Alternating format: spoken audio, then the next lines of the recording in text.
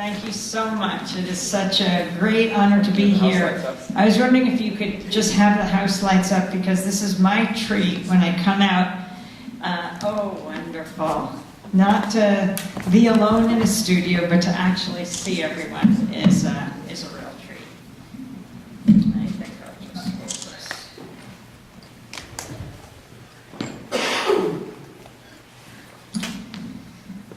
this. Well, first of all, how thrilling that RadioPhoenix.org may soon be a radio station that you hear over the air because of your coming out tonight and your support for it. It's been wonderful meeting everyone who is involved with that. Independent media is where it's at. What can I say? I see the media as a huge kitchen table that stretches across the globe, that we all sit around and debate and discuss the most important issues of the day. War and peace, life and death, and anything less than that is a disservice to the servicemen and women of this country. They can't have these debates on military bases. They rely on us in civilian society to have the discussions that lead to the decisions about whether they live or die, whether they are sent to be killed or killed. Anything less than that is a disservice to a democratic society. Well, Dennis and I are on this 100-city tour, and I thought I would start off with a little story that my brother sent me. Commander Horatio Hornblower, this is true, on the deck of his ship. He was on the deck of his ship and he saw a light ahead. This is the exchange that followed. Boat number 1 to approaching light. We are on a collision course. Turn your boat 10 degrees north. Light signals back. Yes, you're on a collision course. Please turn your boat 10 degrees south. Boat 1 signals again. I am an admiral. I'm commanding you to turn your boat 10 degrees north. Light flashes back immediately. I am a seaman second class and I'm telling you to turn your boat 10 degrees south. The admiral is furious. He flashes back, I repeat, I am a Navy admiral, and you are hereby ordered to turn your boat 10 degrees north. I am in a battleship. Light returns a signal, and I am commanding you to turn your boat 10 degrees south. I am in a lighthouse.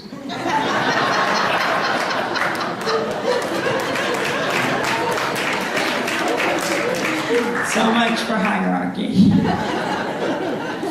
Well, I originally come from Pacifica Radio, which was founded more than 60 years ago in Berkeley, California, by a war resistor named Lou Hill. He came out of the detention camps and said, we have to have a media outlet that's not run by corporations that profit from war, but run by journalists and artists, and that's how Pacifica was born. The first station, 1949, KPFA. Not run by corporations as George Gerbner, the founder of the Cultural Environment Movement, the late dean at the Annenberg School of Communications at the University of Pennsylvania, said. Not run by corporations that have nothing to tell and everything to sell that are raising our children today. The second Pacifica station was KPFK in Los Angeles, 1959. My station in New York, WBAI, the third. 1977, WPFW in Washington, 1970, KPFT in Houston. The 5 Pacifica stations. KPFT in Houston is the only radio station in the country to be blown up. Its transmitter was blown up by the Ku Klux Klan. They went on the air in 1970, and within a few weeks, the Klan strapped dynamite to the base of the transmitter and blew it to smithereens. I mean, the silver lining was that it wasn't as if Pacifica had money to advertise, and this certainly blew it into the consciousness of the potential listening audience of the people in the metro of Houston. Well, they got back on their feet, they rebuilt their transmitter, and when they went back on the air and Arlo Guthrie was singing Alice's Restaurant, they blew it up again. I don't know whether it was the Grand Dragon, the Exalted Cyclops, or the Imperial Wizard, because I often confuse their titles. But he said it was his proudest act. I think that's because he understood how dangerous Pacifica is, how dangerous independent media is, how dangerous RadioPhoenix.org can be. Dangerous because it allows people to speak for themselves. And when you hear someone speaking from their own experience, whether it is a Palestinian child or an Israeli grandmother, an Iraqi uncle or an aunt from Afghanistan, it breaks down bigotry. It challenges the stereotypes and the caricatures that fuel the hate groups.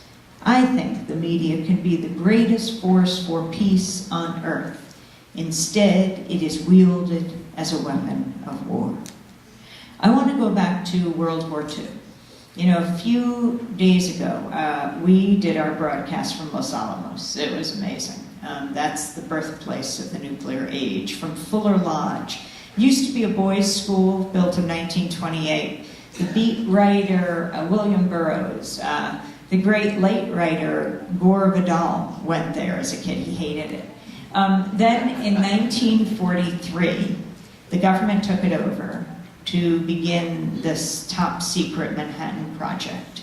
And the scientists came in to build the atomic bombs.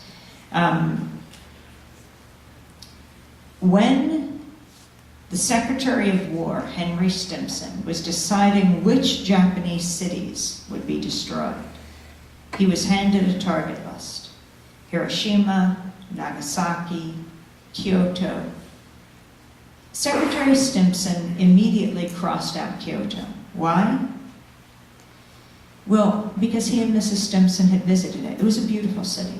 The people lovely, the food delicious, the landmarks magnificent. He did not want to destroy this city because he knew it. If only the people of Hiroshima and Nagasaki had been so lucky to have hosted the Stimsons when they were in Japan.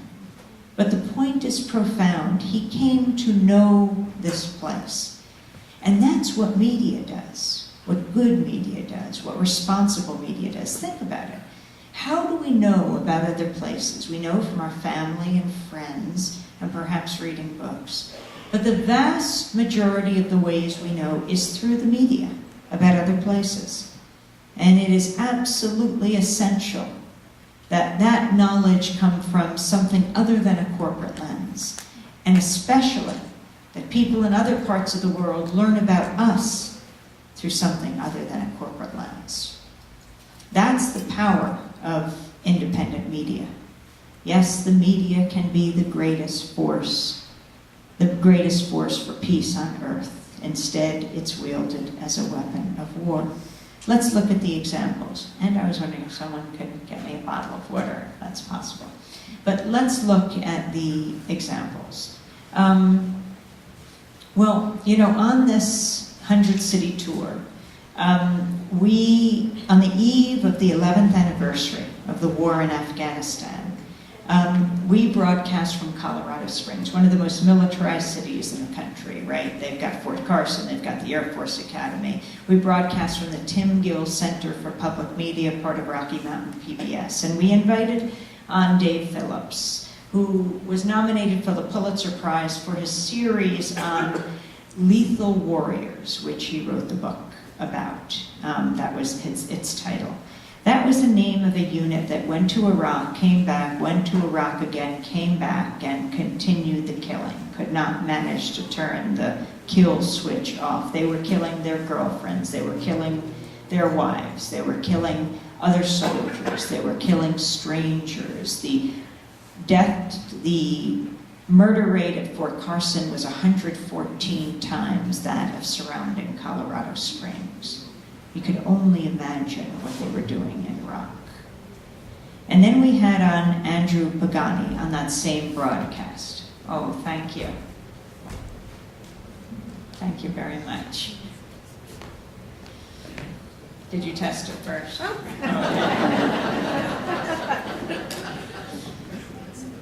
Andrew Pagani. Be careful. He went to Iraq as well a few years ago.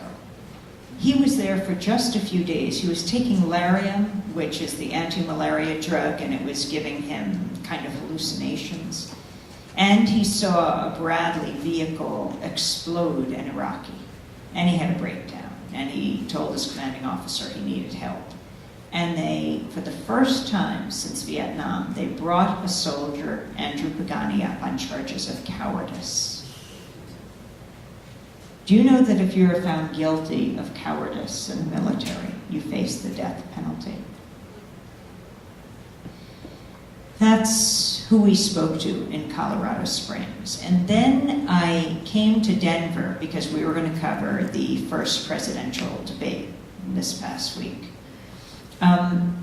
Right after the debate, we had a good time on the debate. We went to a Comcast studio. You know, the debate was actually held at the University of Denver. And Jim Lehrer, the PBS news anchor, was the host.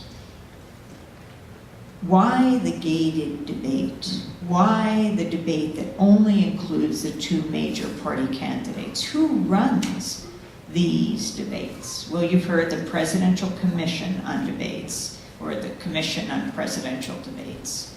Oh, thank you. I'm going to have a lot of water up here. Thank you very much.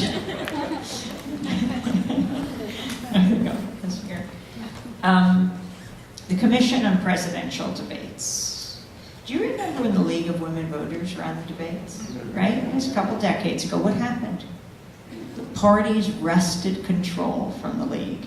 They weren't happy that there was this independent, nonpartisan commission that was determining these very important debates that tens of millions of people watch. So they handed them in the 80s a secret 12-page contract and said, you got to sign this now. And they not only said no way, they held a news conference and released the contract to the press, and then it was wrested from them.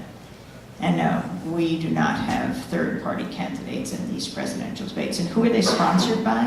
Anheuser-Busch and the International Bottled Water Association and other corporations. This is a private corporation.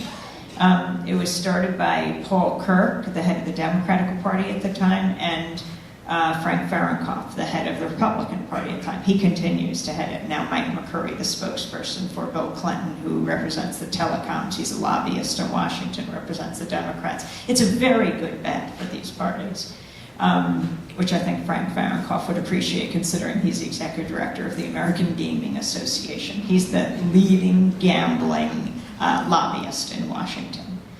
This is who runs the Commission on Presidential Debates. So we decided to expand the debate. We were just down the road.